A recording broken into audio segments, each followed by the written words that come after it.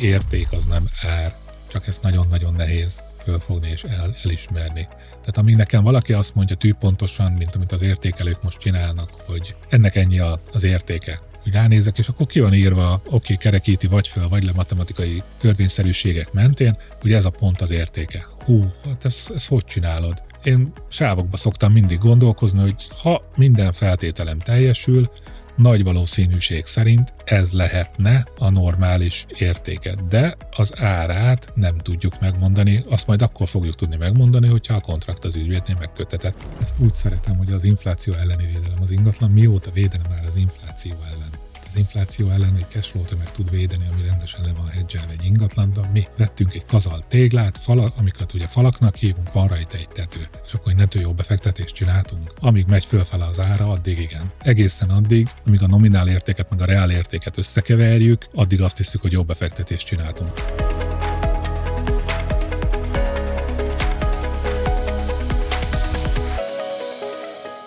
Sziasztok! Szeretettel köszöntök minden kedves nézőnket, hallgatónkat, barátunkat és a szakmát. Ez az Adriatic Advisorsnek a podcastje. A harmadik előadásunk az Adriatic Insights. Szeretettel köszöntöm egy nagyon kedves jó barátomat és a pénzügyi szakma egyik legkomolyabb tudorát, Peti Gellértet. Üdvözöllek! Köszönöm szépen. Sziasztok, szia! A mai műsor egy kicsit el fog térni attól, amit idáig csináltunk. Az idáigiak nagyon Dél- és Kelet-Európának az ingatlan specifikus procedúráira, piacokra és az azzal kapcsolatos kérdésekre korlátozódtak, viszont szerettem volna ezt a sormintát megtörni, és szerettem volna, hogy az általam egyik legkomolyabb pénzügyi szakértőként számon tartott barátomat téged meghívni ide, hogy beszélgessünk egy kicsit ugyanerről a témáról, de egészen más megközelítésből. És szeretném, hogyha egy pár szót mondanál magadról. Isten igazából az ingatlan az teljesen speciális történet az életemben. Nem közelítek hozzá normálisan, mint ahogy egy ingatlanos vagy egy értékelő szokott. Én egy illiquid cashflow tömeget látok benne. Most ezért meg szoktak kövezni általában ezért a nézőpontomért. Nem tartom különösebben sem befektetésnek, sem pedig semmi egyébnek, ilyen különleges, kiemelkedő dolognak, hívhatnám értéktárolótól kezdve bárminek. Ja, és nem rajongok érte, nem olyan értelemben, hogy nem fetisizálom. Ez is egy ugyanolyan eszköz, mint mondjuk egy állampapír vagy egy részvény, csak más kockázati mutatókkal. Nagyjából az ingatlanról körülbelül ennyit tudnék mondani, ennyi kapcsolódásom van a történethez, valamint, hogy fogalmazzunk úgy, hogy pénzintézeteknek, és itt nem elsősorban bankokról, bár azokat is ideértem, a különböző kockázati modelljeit és egyebeknek a megtervezésében és megépítésében vettem részt, ami nem azt jelenti, hogy értek hozzá, hanem inkább azt jelenti, hogy csináltam. Ez egy olyan szakma, amit állandóan folyamatosan lehet tanulni. Ha valakiben megvan az a képesség, hogy a változó jogszabályok és egyebek függvényében mindig meg tud újulni, akkor megmarad, ha nem, akkor Starbucksba lehet kávét árulni. Ha már így belecsaptunk, akkor hadd kérdezzem meg tőled, mi a véleményed makro megközelítésből egy kicsit, a jelenlegi geopolitikai helyzet milyen hatással van a régiós ingatlanpiacokra? Mondjuk fókuszáljunk egy picit Dél-Európára és Közép-Kelet-Európára. Hát szerintem nagyon külön történet a kettő, Dél-Európa és Közép-Kelet-Európa. Elméletileg mondjuk azt, hogy nálunk van a Balkán kezdete vagy határa, Ferenc József szerint a palotájának a keleti sarkától Balkán, de maradjunk a földrajzi megközelítésnél, ugye, hogy a Balkán az elméletileg ugye Magyarországtól indul lefelé. Isten igazából én azt látom, hogy ez egy nagyon-nagyon erősen fejlődő régió, ami kiemelt szerepet tud kapni. Gondoljunk Bulgáriára, aki ugye bevezette az eurót és az Európai Uniónak egy tagállama lett. Valószínűleg tartom, hogy nagyon-nagyon erős fejlődés várható ott, ömlenek oda különböző pénzek. Most ugye spekulatív, vagy vagy támogatott, vagy bármilyen pénz, igazából teljesen mindegy, a lényeg az, hogy ott különböző fejlesztéseknek kell lezajlani. Gyerekkoromban emlékszem Bulgáriára, hát fogalmazzunk úgy, hogy mögöttünk álltak a sorba, hát most már nagyon nem ez a helyzet.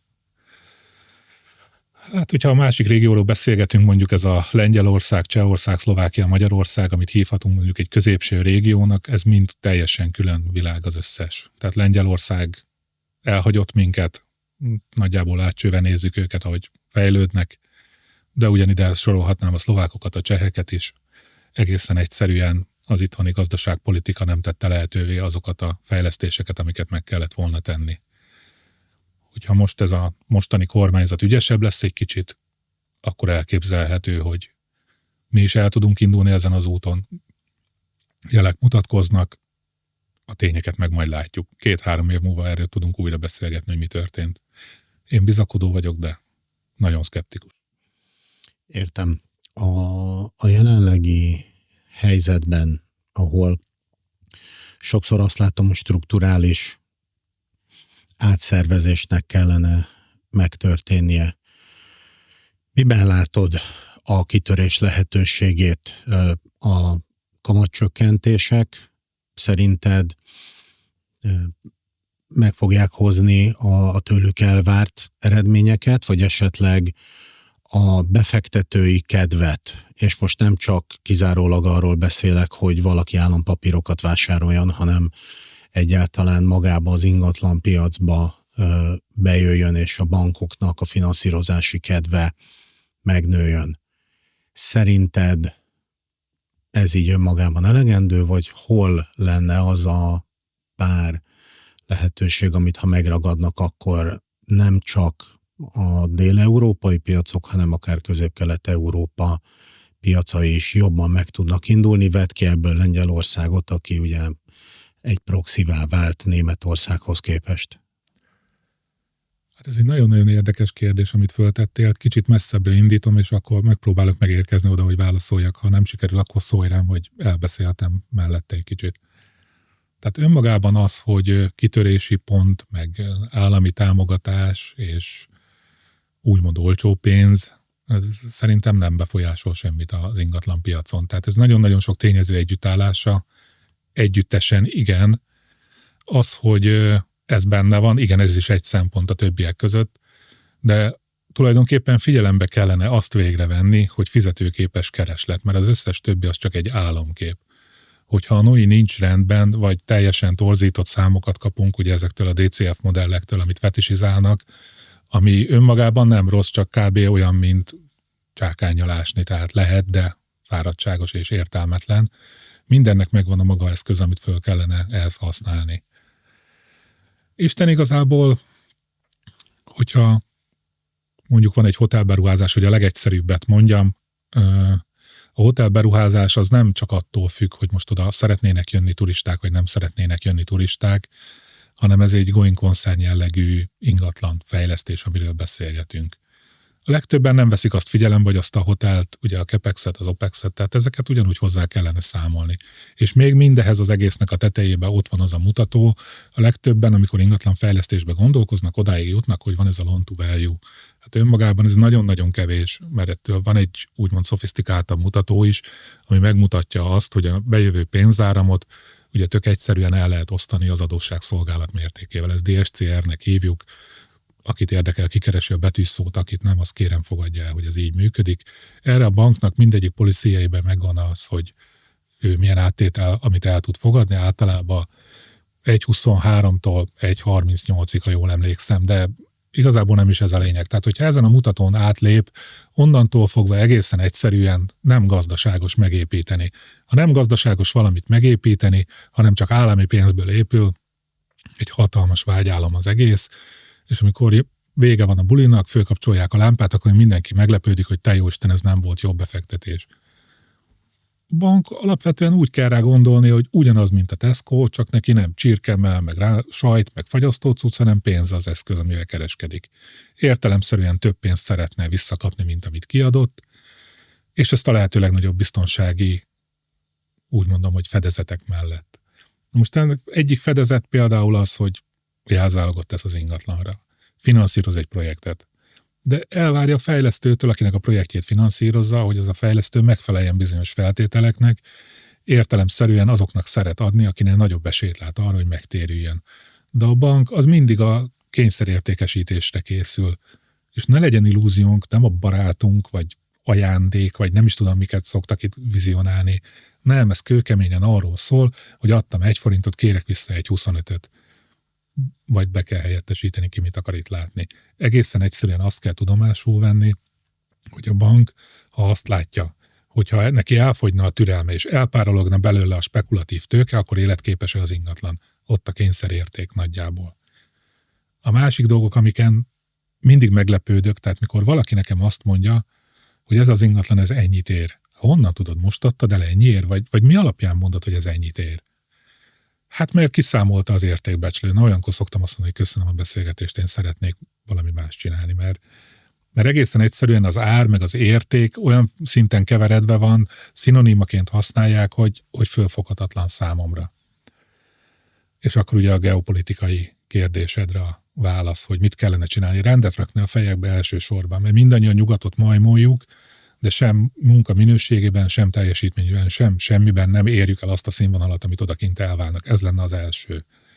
Nem véletlenül szüntették meg az EU-s finanszírozásnak a folyósítását, nem véletlenül függesztettek föl mindent, hanem hogy ébredjünk fel. Most úgy tűnik, hogy ez megtörtént, meglátjuk, hogy mi lesz.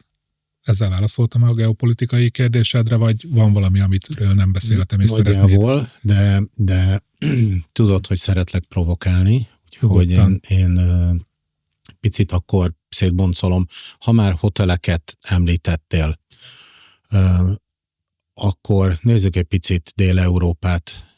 A hotelpiac fellendülése, mint kitörési pont szerinted megalapozott, fenntartható turisztikai bővülés, vagy túlzott optimizmusra épül? Véleményem szerint mind a kettő, inkább a kettő között. Egészen addig, amíg az árak fölfelé mennek, addig hurrá optimizmus van, minden nagyon szép, minden nagyon jó, növekszik az érték, ugye a banknak nem kell margin call csinálni, minden szuper. Akármi történik, nézzük az utolsó évek példáját, itt van például a Covid. Nem jönnek a turisták, mert nem jöhetnek egyszerűen a turisták, vagy valami algaszennyezés van a tengerben, vagy a jó ég tudja, hogy mit állapítanak meg. Onnantól fogva nem fognak jönni a turisták. NOI egyenlő 0, nem mondom tovább, biztos tudod, hogy mire gondolok. Nincs értelme egyszerűen erről tovább beszélgetni. A spekulatív tőke azonnal visszahúzza magát, a banki törlesztések nem lehetségesek, a bank elveszi az ingatlant. Az hagyján, hogy a fejlesztőnek nincsen meg az üzlete, hanem egészen egyszerűen még negatív is, onnantól arulja. Ezek alapján a bankok piaci alapon finanszírozzák ezeket a projekteket, vagy egész egyszerűen életben tartják őket? Látszólag piaci alapon finanszírozzák meg őket, de életben tartják azért, mert nekik pénzkihelyezési gondjaik vannak. Nagyon-nagyon sok pénzen ülnek rajta, amivel valamit kezdeniük kell, és hogyha egy olyan összegen tudják kihelyezni, ami számukra már kevésbé veszteséges, ne adj Isten pozitív az egyenleg, oda fogják adni rá a pénzt. Természetesen erősen szűrt ügyfélkörnek, és itt most nem bizonyos kapcsolatokon és politikai tőkén keresztül van szó, hanem egészen egyszerűen annak az ügyfélnek meg kell felelni a scoring rendszernél elért dolgoknak. Az, hogy Dél-Európában egészen pontosan ez hogyan működik, fogalmam sincs, de hogyha üzleti alapon nézzük ezt az egészet, amíg valaki hajlandó megfinanszírozni ezeket a történeteket, addig annak van egy értéke. Ahogy nem hajlandó finanszírozni, az érték elpárolgott, onnantól csak egy téglahalom. Az elkövetkezendő 5-10 évben véleményed szerint Közép-Kelet-Európában és Dél-Kelet-Európában mely ingatlanoknak van a legnagyobb esélye arra, hogy a megváltozott munkavégzési szokások, geopolitika, társadalmi átalakulás miatt az úgynevezett beragadt vagy stagnáló, ugye angolul stranded assetként viselkedjenek? A B és C kategóriás irodaházak szerintem az egyértelmű bizonyítékai lesznek ennek a témakörnek. Egészen egyszerűen jelen pillanatban még úgy túl vannak ezek árazva, vagy nem éri meg lakófunkciót adni nekik. Az, hogy Dél-Európában hova fognak tudni ezek átalakulni, arra kevésbé van rálátás, én most ezt Közép-Európára mondom. Magyarországon most kifejezetten csak magyar régióról beszélgetünk, olyan szintű túlárazásban vannak ezek az ingatlanok, hogy a NOIA nem képes kitermelni azt a cashflow-t, amire szükség lenne. Az átalakítási költsége éppen emiatt az egekben van a történetnek, és akkor még nem beszéltünk a különböző építőanyag árdrágulásokról és a különböző stoppokról, amik az építőanyagokat érintették. Nézzünk vissza, 3-4 évvel ezelőtt nem lehetett téglát kapni Magyarországon, egy tök egyszerű történet, az egész cement se volt semmi, tehát nem is értettem, hogy ezek hirtelen hova tűnt, aztán kiderült ugye, hogy ez egy mesterségesen csinált fék volt az egészen, hogy az építőanyag árak emelkedjenek, mert olyan érdekkörök voltak. Értem. Bocsánat. Azt azért hozzátenném, hogy ez nem kifejezetten magyar, illetve európai jelenség. Egy amerikai nagybanknak a kutatásaiban részt vettem én is, a világ különböző részeiről szedtük össze ezeknek az átalakítási költségeket. Nagyjából arányaiban ugyanolyan drága lenne mondjuk Denverben egy irodaházat megvásárolni és átalakítani lakó ingatlannál, mint itt Budapesten. Tehát ez nem egy helyi jelenség, egészen egyszerűen a túlárazás ott is nyomon érhető. Magyarán akkor a sokszor súlykolt infláció elleni védelemnek a narratívája elvesztette a relevanciáját. Sokkal bonyolultabb és több változós lett az egyenlet. Ezt úgy szeretem, hogy az infláció elleni védelem. Az ingatlan mióta védene már az infláció ellen? Az infláció ellen egy cashflow-t meg tud védeni, ami rendesen le van hedgelve egy ingatlanban. Mi vettünk egy kazal téglát, amiket ugye falaknak hívunk, van rajta egy tető. És akkor egy nető jó befektetést csináltunk. Amíg megy fölfele az ára, addig igen. Egészen addig, amíg a nominál értéket meg a reál értéket összekeverjük, addig azt hiszük, hogy jó befektetést csináltunk. De vegyük például azt a helyzetet, hogy van 80 millió forintunk, vettünk egy lakást. Nagyjából most annyi Budapesten ugye egy lakás. Szükségünk van 20 millió forintra. Mit csinálunk? Eladjuk a kis szobát, lefűrészeljük a konyhát. Tehát mondom, egy illikvid cashflow tömeg az egész. Kiadjuk bérbe? Nem biztos, hogy ki fogjuk tudni adni bérbe. Ki az, aki meg tudja fizetni manapság azt a bérleti díjat, ami nekünk egy normális cashflow-t termelne, amit egy ingatlantól elvárnánk.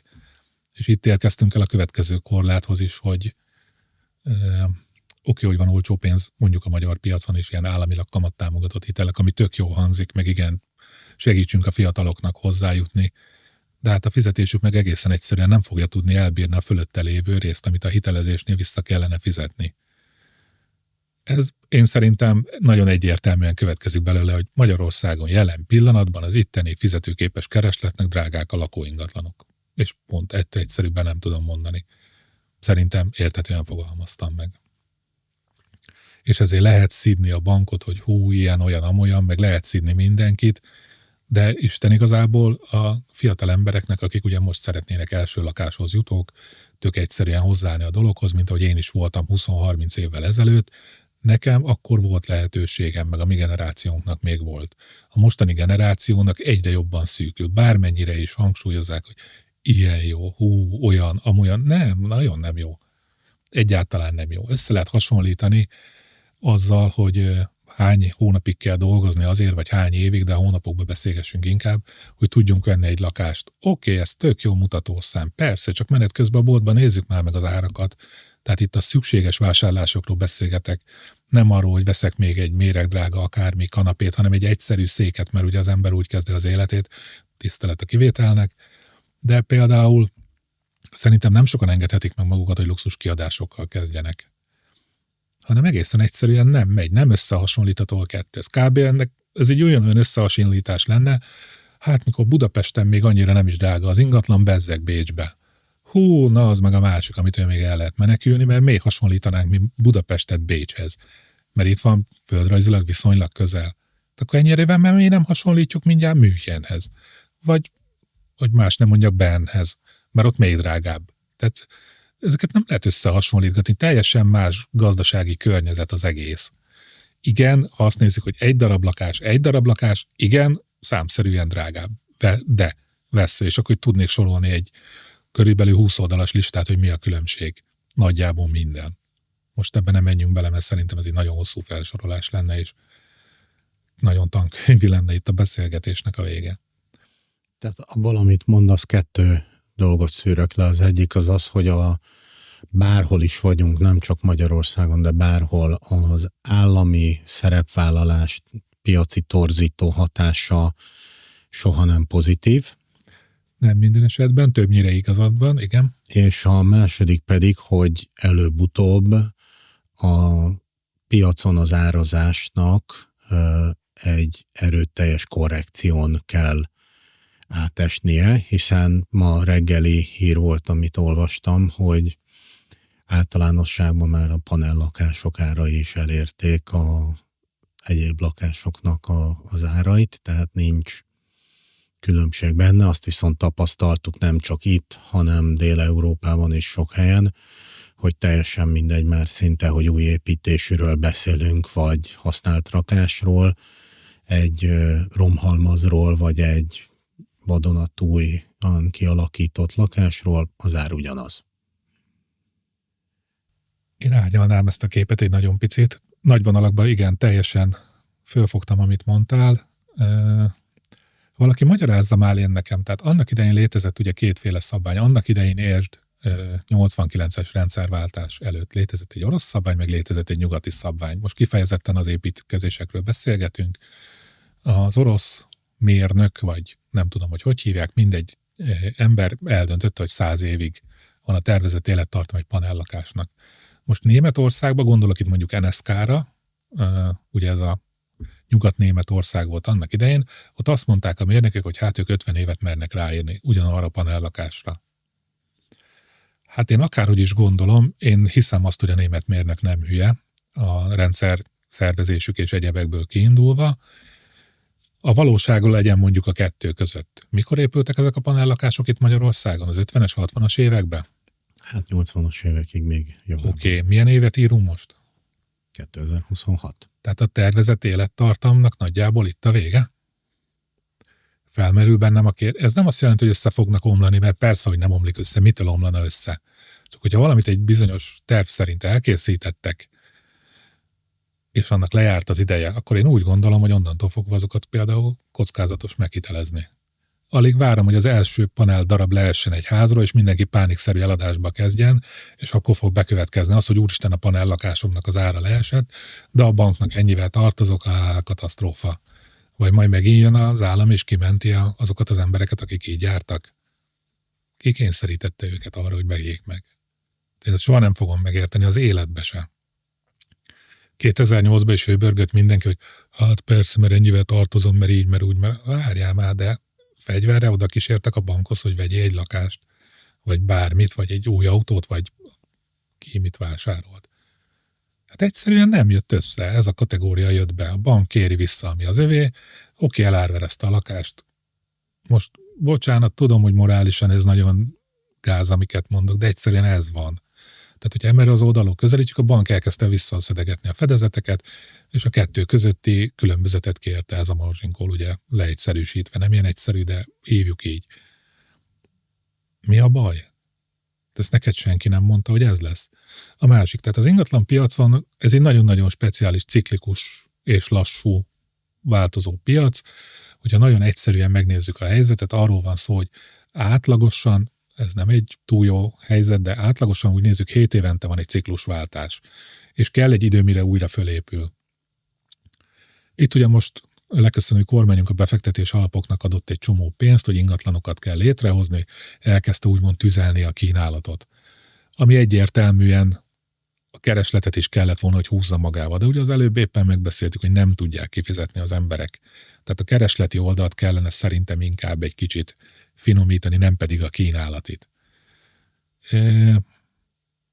Én nem tudom, hogy mi lesz ennek az egésznek a vége, nem vagyok jós, az egyensúlyt nem látom benne. Tehát eddig akármilyen modellt próbáltam végig gondolni, hogy mi lenne rá a jó megoldás, az állami bérlakáson kívül nem tudok mit elképzelni. Mert akkor mondja azt az állam, hogy figyeljetek ide építőipari cégek, építsétek meg ezt nekem. A magyar állam ugye azt mondja, hogy ez az én lakásom, kiadom bérbe a idézőjelben rászorulóknak, vagy lehetséges bérlőknek, és ezek a bérlők ugye bérleti díjat fizetnek érte. Ez egy szociális dolog tudna lenni. Munkahelyet tudnának belőle teremteni, munkát adnának különböző vállalkozóknak, és ezt az egészet, hogyha csinálna belőle egy úgymond állami ingatlan alapot, és ebből az ingatlan alapból lehetnének különböző jegyeket vásárolni, nem értem, hogy miért nem csinálják ezt a működő modellt. De én nem vagyok senki, aki ezt megmondja nekik, hát tőlem sokkal okosabb emberek vannak ott. Most, hogy ennek mi az oka, igazából én nem tudom. Én ebben látnék megoldást, talán. De nincsen teljesen végigszámolva, fejbe a modellt végig gondoltam, külföldön ez működik. Szerinted Bázel 3-4 szabályozások ide-oda a bankok és a befektetők készen állnának egy ilyen piaci átstrukturálódásra? Nem tudom. De a provokatív kérdéseid között ez jó. Isten igazából ez kockázati étvágyfüggő. Eleinte biztosan, amíg lehetne sortolni a történetet, aztán utána mindenki egyszerre menne ki az ajtón, onnantól érdekes lenne, hogy mi lesz, vagy mi lenne, helyesebben, bocsánat. Bár most azt látjuk, hogy ugye az ACB is, meg az EBA is ugye szeretné az adminisztrációs és egyéb terheket csökkenteni, ez azt jelenti, hogy minden modellt újra kell készíteni, gondolni, strukturálni, stb. Nem tudom, hogy mi lesz belőle. Én hiszek benne abba, hogy amíg egyszerűsítünk valamit, egy bizonyos pontig akár jól is lehet, de én már rengetegszer megkaptam, például a kolléganőmtől is, hogy te túlélesztesz mindent. Tehát mondta, hogy te a sok szögből simán kört akarsz csinálni, amit tudod, hogy nem lehet, de azért csak csinálod tovább. Emlékszel rá, annak idején mondtam neked, hogy az az értékelés úgy nem jó, te meg megkérdezted tőlem, hogy melyik szabvány szerint, és erre az volt a válasz, hogy a saját standardem szerint, és akkor mondtad, hogy igen, csak kár, hogy az nem hivatalosan elfogadott. Ilyen tök egyszerűen. Mikor jöttem, hogy reálopcióval kellene értékelni mindenféle ingatlan, te meg mondtad, hogy oké, engedd, de ez ugyanaz. Akkor ebből következően veled már átéltünk és megbeszéltünk rengeteg divatos, trendi dolgot, és mindig kielemeztük őket. Véleményed szerint az a zöld forradalom, most mindegy, hogy erőltetett vagy piaci alapú, valóban van relevanciája, és most beszélhetünk bármilyen standardről vagy ESG-ről.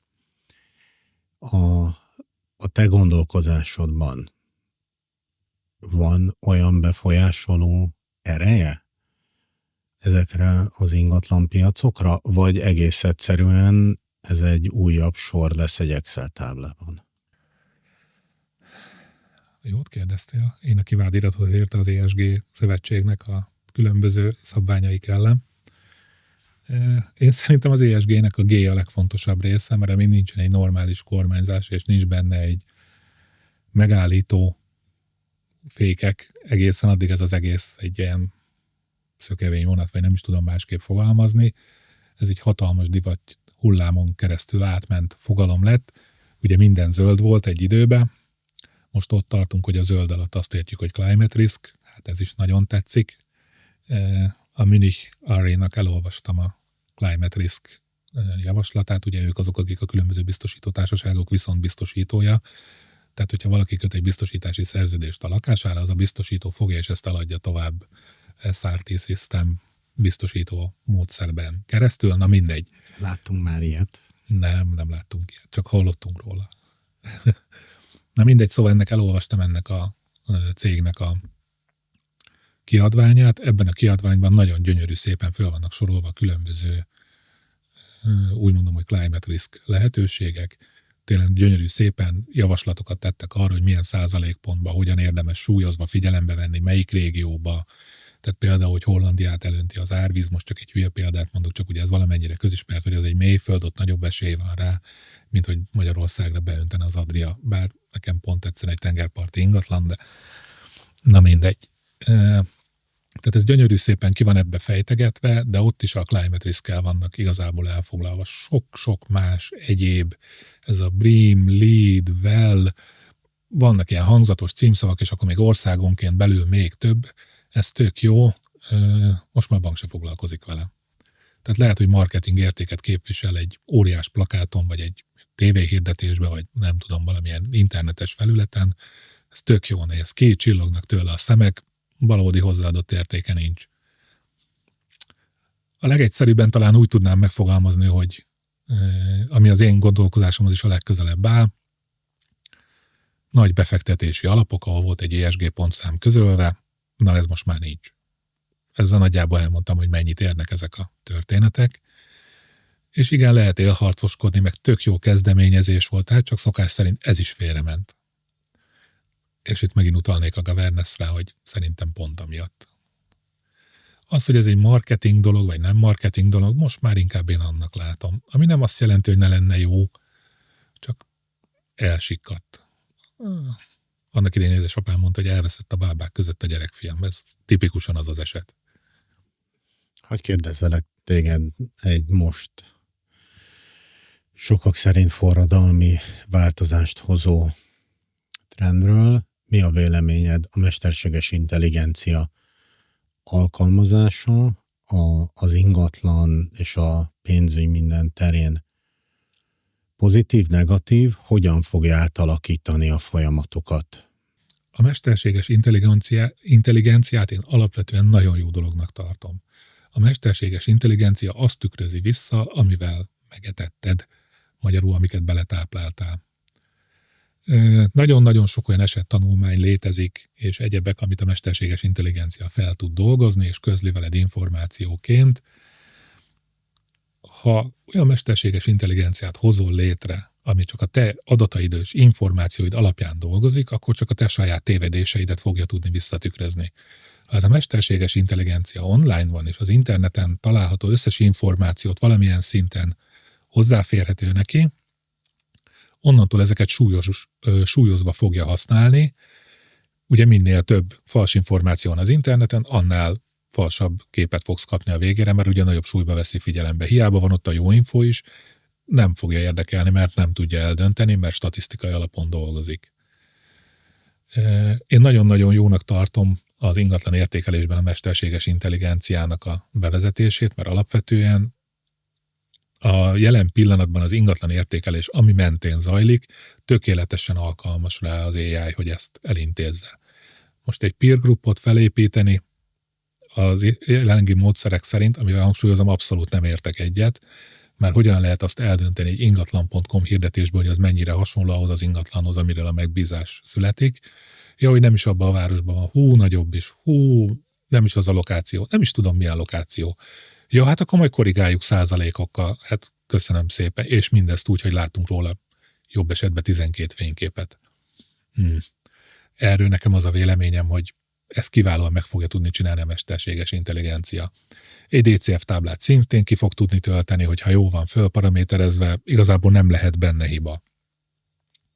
Egy nettó előállítási vagy egy újraelőállítási költséget szintén ki fog tudni számolni. Ezekhez igazából jelen pillanatban úgy mondom, hogy aki Androidként csinálta ezeket a feladatokat, azokat ki fogja váltani teljesen, mert nincsen értelme egészen egyszerűen ilyeneket megfizetni. Csak hát egy ingatlan értékelés nem ebből áll. Nekem ez a véleményem.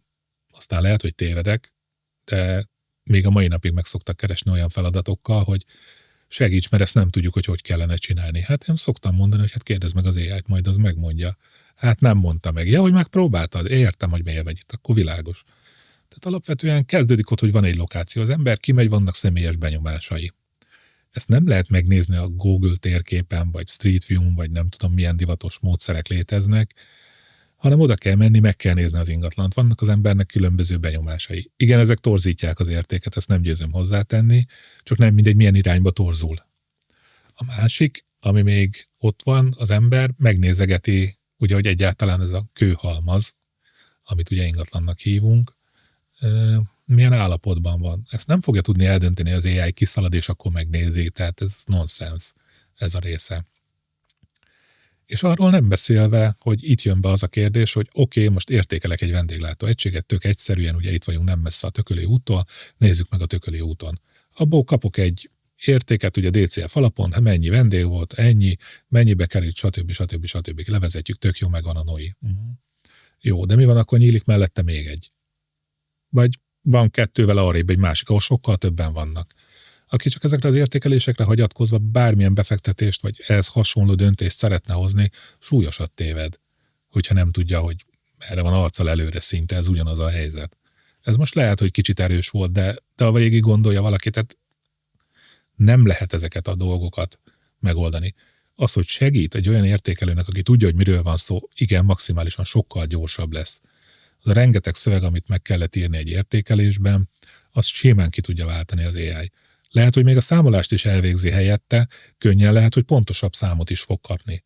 Vagy ad neki ötleteket ténylegesen a peer group történethez. Tehát nagyon sokat fog tudni segíteni.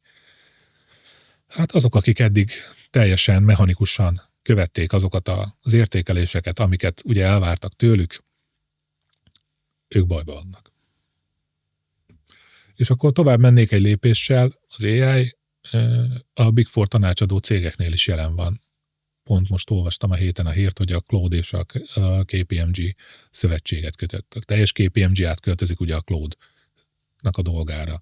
Innentől fogva ez azt jelenti, hogy Charlestonba például, vagy Charlestown, vagy nem mindegy, az USA-ba, és mondjuk Varsóba az a KPMG ugyanazt a jelentést fogja tudni kiadni. Mert ugye ott van az teljes adat, tehát ugyanúgy fog kinézni. Itt ez a McDonald'snak az aranykora a pénzügyekbe. Ugye ugyanazt kapja az ügyfél itt is, ott is, amott is. Ez újabb kérdéseket vet föl, hogy ugye nem kellenek se junior, se medior kollégák innentől fogva, mert majd az AI mindent elintéz. Ez tök jó, de mi lesz 20 év múlva, amikor elmennek nyugdíjba a jelenlegi senior, meg director szintű emberek. Néha nem lesz senki, aki ott legyen. Vagy csinálunk egy újabb AI-t, ami ellenőrzi az AI-t, tehát ez remek lesz. Jó, ez nagyon morbid volt, de még ezt is el tudom képzelni egyébként. Én azt mondom, hogy jelenleg rengeteg munkahelyet fog tudni kiváltani az AI, és ez az embertömeg, ami ugye keresi majd a helyét valahol a piacon, ami nem AI szakma, tehát amit AI-jal nem lehet kiváltani, mert egyelőre van még ilyen. Előbb-utóbb vagy megtalálja, vagy nem. De egy nagyon nagy fizetőképes kereslet fog kiesni mindenhonnan. Ez azt jelenti, hogy nem fognak tudni eladni lakásokat, az élelmiszerboltban a vásárlói kosár átlagos értéke kisebb lesz, az infláció várhatóan növekedni fog, nem mondom végig, szerintem te is tudod, hogy miről beszélek. Egészen egyszerűen arról van szó, hogy egy nem várt forradalom kellős közepén vagyunk. Nem ismerjük a hatásokat, nincs rá modellünk. Nem tudjuk, hogy mi lesz. Hogy változtassam meg egy picit a témát.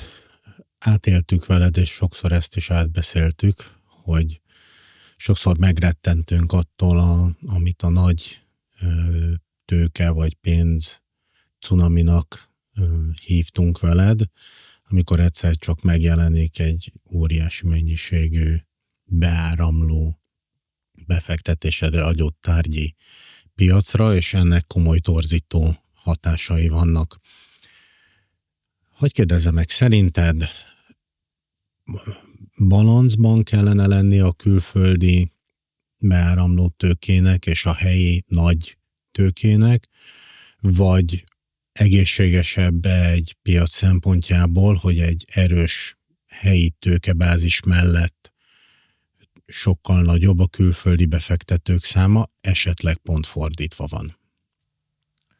Szerintem nincs különbség külföldi és belföldi tőke között, a tőke az tőke. Egészen egyszerűen, amíg a feltételek adottak arra, és a befektetők hajlandók vállalni azt a kockázatot, amit adott befektetés vagy eszközosztály képvisel, teljesen mindegy. Én inkább rövid távú, hívjuk mondjuk spekulatív tőkének, és hosszú távú long-termnek látom ezeket a dolgokat. A legjobb az, hogyha mind a kettő jelen van, és akkor most visszautalnék arra, amit az előbb is említettem, egészen addig, amíg hajlandó valaki valamit megfinanszírozni, egészen addig van értéke. Hogyha egyszerre kezd ez az összes tőke kijönni, mint 2008-ban, hogy ugye megijednek, hogy mi történik, és elkezdik átcsoportosítani részvénybefektetésekbe, most egy példát mondtam, tehát elkezdik értékpapírba áttenni, onnantól az ingatlannak az értéke stagnálni, vagy csökkenni fog. Bár magyar szemlélet szerint inkább stagnálni, mint csökkenni. Szerinted mely ingatlan típusok vannak most a legnagyobb veszélyben, hogy ez megtörténik velük. Egyértelműen a kereskedelmi piac, mert a lakópiac az úgy tűnik, hogy viszonylag egy stabil, ha nem is monoton növekvő, de egy értéktartó piac. Ismét édesapámat idézném, amióta kijöttünk a barlangból, fiam, valahol lakni kell. Ilyen egyszerű szemlélet szerint, és tök igaza volt neki. Míg a kereskedelmi ingatlanoknál, mondjuk egy irodapiacnál egészen egyszerűen át fognak alakulni a funkciók. Tehát itt van a hibrid munkavégzés, itt van ugye az AI. Én nem is értem, mi a francnak vannak ekkora irodaházak. Tehát nem tudom, minek a relevanciája. Én egyszerűen ezt nem fogom tudni lekövetni soha. Amikor már a Covid alatt is ugyanúgy működő vállalkozások tudtak lenni, tehát működtek ezek a különböző internetes platformokon keresztül való kommunikáció. Egészen addig mi értelme van annak, hogy a szomszéd szobába ott ül Zsolti, aki a kollégám, és átmegyek hozzá. Szerintem még kevésbé hatékony is, de én egy furcsa típusú ember vagyok, tehát én ezt nem gondolom hatékonyságnövelésnek, hogy a kollégákkal körül kéne magam venni. Például az egyik kolléganőm kint van Hollandiában. A másik kint van az Egyesült Államokban. Kiválóan tudunk együtt dolgozni. Nem kell, hogy nézegessük egymást, meg átkopogjak a szomszéd szobába. Felesleges. Szerinted a jelenlegi értékbecslési szakma mennyire tudja lekövetni ezeket a változásokat? Hát muszáj lesz neki lekövetni. Nem fog tudni mit csinálni. Tehát, hogyha szeretne fönnmaradni, már pedig biztos vagyok benne, hogy szeretne, akkor egészen egyszerűen ezt le kell tudni neki követni. Lesznek, akik nem fogják tudni lekövetni, de önmagában a szakma muszáj lesz, hogy kövesse. Emlékszel, az egyik kedvenc anekdótám az, hogy még nagyon a szakmai utam elején jártam, amikor megpróbáltam még annó könyvekből megnézni, hogy hogyan is kell ezeket az értékbecsléseket csinálni, és már akkor mosolyogva konstatáltam, hogy az 1880-as New York-i ingatlanokra kiadott értékbecsléseket taglaló, és ezeknek a különböző számításokat, az szinte szóró-szóra megegyezett azzal, amit én 2004-ben olvastam. Tehát az elmúlt időszakban akkor valójában eléggé archaikus modellekkel dolgoztunk. Bocsánat, hogy közbevágok. Én az archaikust helyettesíteném muzeális modellekkel. Hívjuk úgy, hogy egy ilyen oldtimer korszakba léptünk az értékelésekkel, ami egészen egyszerűen véleményem szerint most már egyre tarthatatlanabb. Szakmai fórumokon nagyon sokat szoktam én hangoztatni azt a nézetemet, hogy amikor a matematikában újabb előrelépések és bizonyos felfedezések születnek, akkor azokat mi miért nem kezdjük el alkalmazni? És most itt nem a különböző elborult matematikai elméletekről van szó, hanem egy teljesen egyszerű dologról, mondjuk egy opció elméleti kérdésről. Még csak nem is azt mondom, hogy egy trinomiális, hanem egy egyszerű binomiális. Nézzünk már meg, ugye, ami egy igen-nem című történet, hogy mi van akkor, ha, és akkor már nagyon furcsán néznek rám, hogy úristen, de honnan jött, micsoda UFO ez. Egészen egyszerűen, akik nem hajlandók változtatni ezen a szemléletmódjukon, szerintem mindenféleképpen lépés hátrányba kerülnek. Amíg egy DCF modell egy múlton alapuló folytonosságot feltételező, teljesen optimista modell, egészen addig én úgy gondolom, hogy az jelentős torzításokat foglal magába. Nem sorolnám fel a DCF-nek az összes kitételét, akit érdekel, utána néz, vagy megkérdez téged, ugyanúgy föl tudod sorolni, szerintem a nézőpontunk is nagyjából pontosan ugyanez. Nem arra van használva az a modell, amire való. Ennyire egyszerűen a történetet. És most nem azt mondom, hogy mindent le lehet modellezni, de most nézzük már meg, egy egyszerű, úgy mondom, hogy egy CFA Real Estate tananyagban is szerepel a DCF modell. De ott is van benne 3 különböző rezsimváltás legalább egy élettartam alatt itt értendő 15 év, a CFA DCF modell 15 évre számolja a real estate értéket. Úgy, hogy elméletileg akkor kellene egy jelentősebb beruházást végrehajtani rajta. Ez nem ipari ingatlanokra vagy szállodákról van szó, mert ott 5 évente számolja azt, hogy akkor egy teljes capex ráfordítás szükséges. Egészen egyszerűen, amíg ezeket tagadjuk, vagy nem fogadjuk el, igazából nem lehet mit csinálni. De most megint jön az a kérdés, ugye, hogy, és akkor ugye ott van a bank, hogy ő melyiket fogadja el. A bankot nem érdekli a piaci értéke az ingatlannak. Egyáltalán nem érdekli a piaci értéke, a bankot egy dolog érdekli, hogy mennyi ennek az értéke akkor, hogyha ő ezt kényszerértékesíteni szeretné. Monetarizálja, és kész. Ilyen egyszerűen. Esetleg haircutot tud ráadni, vagy nem tud ráadni. Ennyi.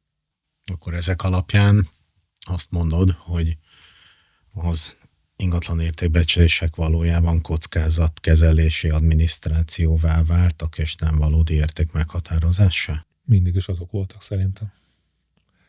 Ez egy banki rendelésre készült, alátámasztó anyag, amivel tudják ők a saját pozíciójukat alátámasztani Basel felé. Ezt én sajnos nagyon így látom. Ami nem azt jelenti, hogy ez rossz, csak csináljunk már úgy, mintha egy ingatlannak lenne egy abszolút értéke. Ez nem egy kilogramm, vagy nem egy liter, vagy nem egy köbméter. Ez mindig fog tartalmazni egy bizonyos szintű torzítást. Az értékelő torzításától kezdve egészen végig tudnám mondani, hogy milyen torzulásokat foglal magába, és ennek a lehető legjobb kompromisszumos mixét fogadnánk el értéknek. És itt jön az, amiről beszélgettünk az elején, az érték az nem ár. Csak ezt nagyon-nagyon nehéz fölfogni és elismerni. Tehát amíg nekem valaki azt mondja tűpontosan, mint amit az értékelők most csinálnak, hogy ennek ennyi az értéke. Úgy ránézek, és akkor ki van írva, oké, kerekíti vagy föl, vagy le matematikai törvényszerűségek mentén, hogy ez a pont az értéke. Hú, hát ezt hogy csinálod? Én sávokba szoktam mindig gondolkozni, hogy ha minden feltételem teljesül, nagy valószínűség szerint ez lehetne a normális értéke. De az árát nem tudjuk megmondani, azt majd akkor fogjuk tudni megmondani, hogyha a kontrakt az ügyvédnél megkötetett. Akkor az elkészülő értékbecslések sok esetben nem a piaci valóságot, hanem inkább egy finanszírozási logikát tükröznek, és azt kezelik. Így van. Ezen nincs mit hozzáfűznöm, szépen összefoglaltad. Ami önmagában megint nem gond, mert nézzük meg másképp a helyzetet, az ingatlan értékelő családi ház esetén ugye kimegy, a bank kiküldte, megkérte a bank, hogy értékelje fel azt a családi házat. Eddig ugye a szándék teljes tiszta, semmi baj nincsen vele. Az értékelő megkapja az adásvételi szerződést, tisztán látja, hogy mennyiért kelt el ez az ingatlan. Innentől fogva ott a torzulás, hogy hát akkor valami hasonlót kéne belőle kialakítani. És már kész is vagyunk, agyon van verve az egész. Szerinted mikor jön el az a pont, amikor a finanszírozási logika bűvköréből esetleg kikerül az értékbecslés, és visszahelyeződik egy egészséges balanszba a befektető érdekek, a piaci trendek, megmaradón a finanszírozás, és más az ingatlan értékét befolyásoló tényezők között? Mi az a robbanás, törés vagy kitörési pont, amit te látsz, aminek meg kellene történnie ahhoz, hogy ez ismét egyensúlyba kerüljön? Mint ami 2007-ben volt. Tehát vársz ismételten egy hasonló pénzügyi krízist? Pénzügyi krízist én folyamatosan várok, tehát én az alapelméletem az, hogy folyamatosan válságra készülünk. Beszélgettem kinti kollégákkal, akik azt mondták, bizonyos fokig egyet is értek velük, hogy lakossági hitel problémák lesznek. Ez nem tudom, hogy Magyarországon hogy áll, erre nincsen igazán rálátásom. Ez konkrétan az amerikai piac, amiről beszélgetünk, tehát egy átlagos amerikai 9 napra van a csődtől. Betudható ez a hitelkártyáknak és egyebeknek, valamint a folyamatosan fikópontokért küzdve vásárlási szokásnak. Magyarországon ugye értelemszerűen nem ez a helyzet, de például azt nem tudom, hogy a magyar piac ilyen szempontból hogy áll, de el tudom képzelni simán, hogy itt is van egy ilyen szám, hogy mennyire áll a csődtől.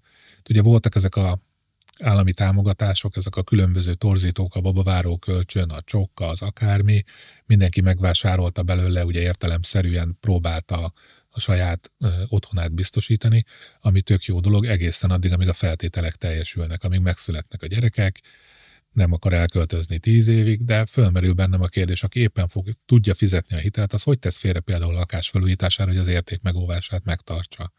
Amikor egészen egyszerűen annyi pénze nem fog neki maradni, hogy kifesse. Most már úgy mondom, hogy egy normál lakásnak a festése és milliós tételről beszélgetünk. Egészen egyszerűen torz ez az egész modell. És ez nem is fog egészen addig megváltozni, amíg a megrendelő fizeti az értékelőt. Magyarán a legnagyobb torzulás abban tapasztalható, hogy az adott tárgyi fizikai értékektől teljességgel elvált az értékbecslés, és egy pénzügyi elemzésé vált, ahol trendeket elemzünk, és semmi köze a téglához és a habarcshoz. Igen, vesző, folytatom, és ezek a trendek, amiket elemzünk, ezek mind a múltban gyökereznek, és ebből próbáljuk megjósolni a jövőt. Tehát egy narratívát építünk, ami vagy jó, vagy nem jó. Azt nem tudjuk, hogy milyen, ezt majd később megmondom, mondjuk 5 év múlva, hogy mi volt a 2 évvel ezelőtti narratíva, tehát így visszatekintve igen, én is nagyon okos tudok lenni. Tehát próbálunk egy olyan jövőt megjósolni, amit még nem láttunk, és beláthatatlan következményei vannak. Kismillió változóval utalok itt most ugye az AI-ra, nem tudjuk, hogy mi lesz belőle, és ezen a piacon próbáljuk megjósolni egy ingatlannak az értékét. Értem.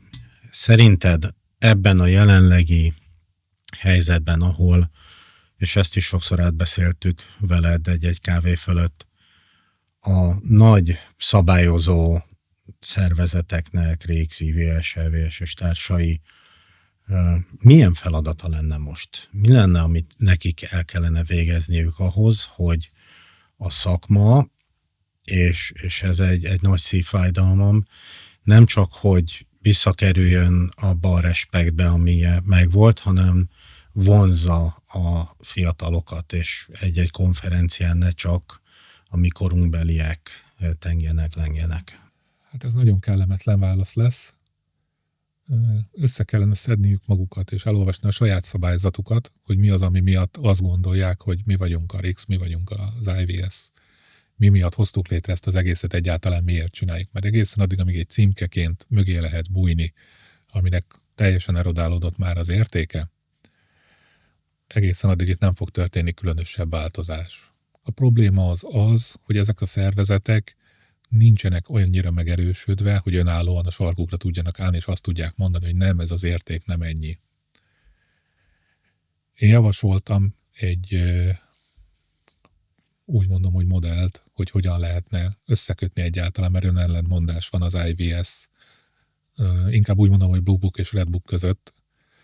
Egészen egyszerűen, mert az iFirst szerint nem stimmel ez az egész dolog. Egy ilyen összekötő hídként egy matematikai dolgot ki gondolkoztam rá, ami nem azt jelenti, hogy zseni vagyok, hanem egészen egyszerűen, hogyha valaki végig gondolja, észre fogja venni, hogy önellentmondásuk van. Én elküldtem nekik, megkértem őket, hogy akkor ezt tekintsék át, az a válasz jött rá, hogy akkor jelen pillanatban az összes értékelés összeomlana, mert újra kellene értékelni a banki portfóliókat, a haircutok nem lennének igazak, és akkor minden nem lenne túl jó. Ha ezt fölvállalnák, akkor az azt mutatná, hogy van bennük annyi erő, hogy igenis mi föl tudjuk ezt vállalni. Egészen addig, amíg kiszolgálják a különböző intézeteknek az elvárásait, egészen addig ez nem fog tudni bekövetkezni, és a fiatalok számára ez egy kevésbé vonzó pálya lesz. Amit gazdasági szempontok szerint teljesen megértek, hogy miért történik így ez a dolog, erkölcsi szempontok szerint meg ismered a nézeteimet, nem fejteném most ki. Szerinted mi a jövője mondjuk a dél-európai piacoknak? Mit vársz, hogy a jelenlegi fellendülés, amit ott tapasztalunk, meddig tarthat? Hát egészen addig, amíg észre nem veszik azt, hogy nem érdemes oda befektetni. Tehát amíg úgy mondom, hogy jelentős tőkeáttételt lehet elérni, és ezáltal nyereséget generálni a befektetőknek, addig az ott fut. De ez megint nem egy jós tehetség, ez mindenütt így van a világban. Nézzük meg Kínát. A 70-es években, 60-as években éhínség volt, sehol nem volt. Azt se tudtuk, hogy Kína egyáltalán micsoda. Utána jöttek a gagyi mindenféle termékekkel, most próbáljunk meg venni valamit, ami nem kínai. Szerintem már nem is eredeti, ami nem Kínába készül. Most már ott tartunk, hogy a Mercedes bajba van, mert a kínaiak elkezdték gyártani az autókat. És csak egy példa volt, és azért most nem azt jelenti, hogy Mercedes, hogy hűha, hanem tehát az nagyjából egy minőséget és egy szimbólum volt sokáig.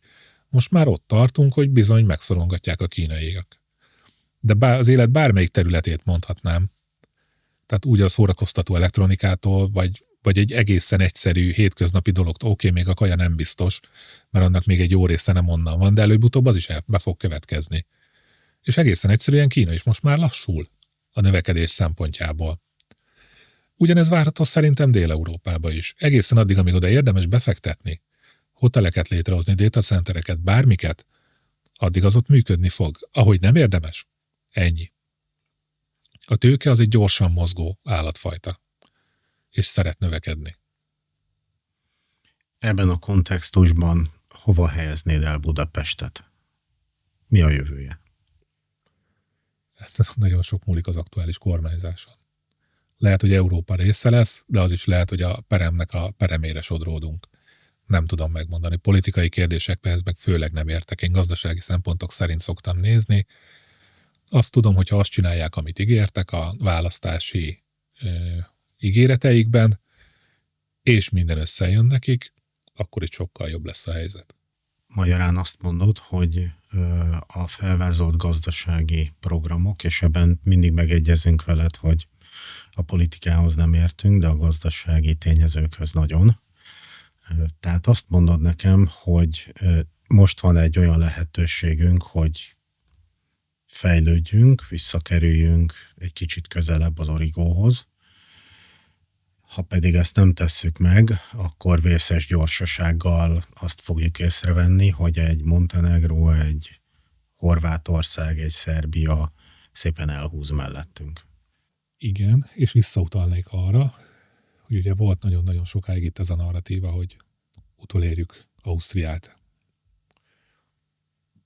Erre nem mondanék semmit, egyszerű tényt közölnék rá, Bulgária és Románia menet közben megelőzött minket. Nem gondolom úgy, hogy az utolérés feltételei igazán adottak voltak. Főleg úgy, hogy a hétvégét most is odakint töltöttem, és valahogy minden teljesen más.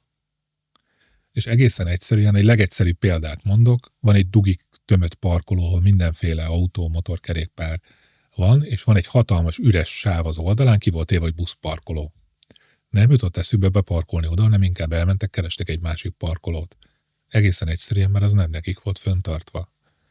Tehát ezek a apró kis finomságok, és ez az élet bármelyik területén igaz. Hát tudod, nagyon jó, emlékszel a vasútállomásra, hogy ott néztünk furcsán, hogy egy pársfin volt, és ki volt írva, hogy az első vágányra érkezik a vonat. És te egészen egyszerűen azt mondtad, hogy nem tudják önmagukat meghazudtolni. Tehát oké, most ez lehet, hogy hülyeségnek hangzik, de ott rend van, és leginkább a fejekbe. És én itt látom a legnagyobb hibát. Ez nem azt jelenti, hogy az enyémben az van. Csak próbálom elhitetni magammal inkább. Mi a véleményed a közép-kelet-európai és a dél-kelet-európai régióban megjelenő komoly közel-keleti tőkéről? Megtalálta a helyét a tőke. Ők föl tudják vállalni ezt a kockázatot. Dubájban mit építsenek még? Már minden van. Már minden Dubáj. Ó, ilyen Dubáj, olyan. Oké, csak a tőkének valahova mozdulni kell. Mert hogyha egy helybe ott áldogál, akkor elkezd értéktelenedni, amortizálódik, azt a tőke nem szereti. Ő nekik komfortos az, hogy átjönnek ide, úgy mondom, hogy Közép-Kelet-Európába, átjönnek Dél-Európába, számukra ez vállalható. Egyébként meg kis túlzással fogalmazhatunk úgy, hogy Dél-Európa jó része a mediterrán térséghez tartozik, ami ott tőlük annyira nem is áll messze. Most itt kifejezetten éghajlatilag mondom, az, hogy itt különböző szállodafejlesztések, irodaházfejlesztések, bármi egyebek jönnek, ez nagyon sok mindent hoz ugye magával. Ez még akár jó is lehet. Ez egy jó darabig fog működni, egészen addig, amíg mondtam, hogy az elvárt megtérülés megvan. Tudod, a véleményemet ismered Dubajjal kapcsolatban.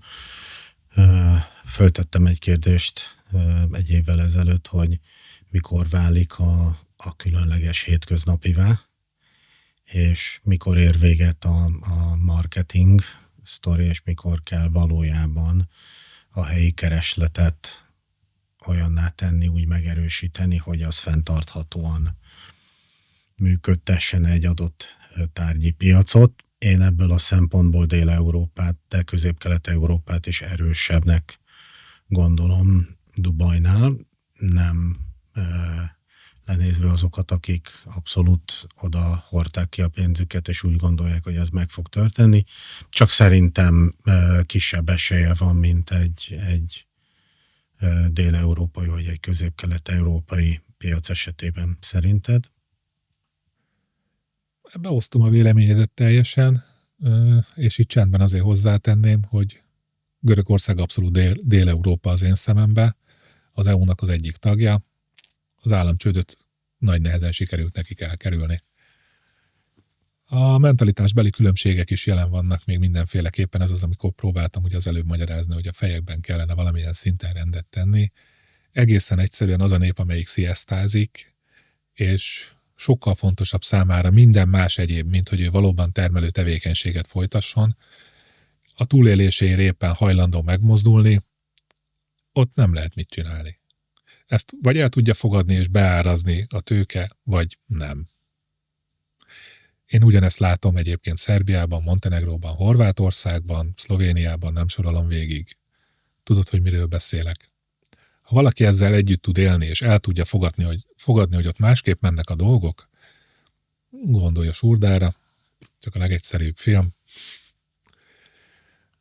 Ez egy jó szatíra, de egyébként van neki nagyon nagy igazság alapja. Tehát aki ezt el tudja fogadni, annak nem probléma, igen, az profitálni fog belőle, akit ez zavar, az nem. Hívhatnánk kockázati felárnak is, vagy bizonyos százalékba. Bár ezért most kapnék valószínűleg, hogy már megint embereket különböző kockázati feláraknak tekintek. Záró gondolat. Ha valaki ezeket végig gondolja, amiket elmondtam, nem kell vele egyet érteni, de hogyha érdemben vitatkozni szeretne, akkor nagyon szívesen. Mert az azt jelenti, hogy elkezdett gondolkodni. És nem azt mondtam, hogy minden jó, amit én mondtam. De ha végig gondolja, akkor rájön, hogy van benne valami. Én talán ennyit tudnék ez az egészhez hozzátenni. Semmi überokosat nem tudok neked mondani záró gondolatként, valami nagy szlogent, ilyen key takeaway-t. Gondolkozni kellene emberek. Talán ezt. Gellért, nagyon szépen köszönöm, hogy itt voltál. Nagyon-nagyon szeretek veled beszélgetni. Még hogyha a játékosan provokatív kérdéseimre valósan provokatív válaszokat is szoktál nekem adni. Köszönöm az őszinteséget, köszönöm a nyíltságot. A hallgatóknak pedig köszönöm, hogy velünk voltak, és ismételten az Adriatic Insider podcastját végignéztétek. Találkozunk a következő epizódban. Sziasztok! Sziasztok! Köszönöm, hogy itt lehettem.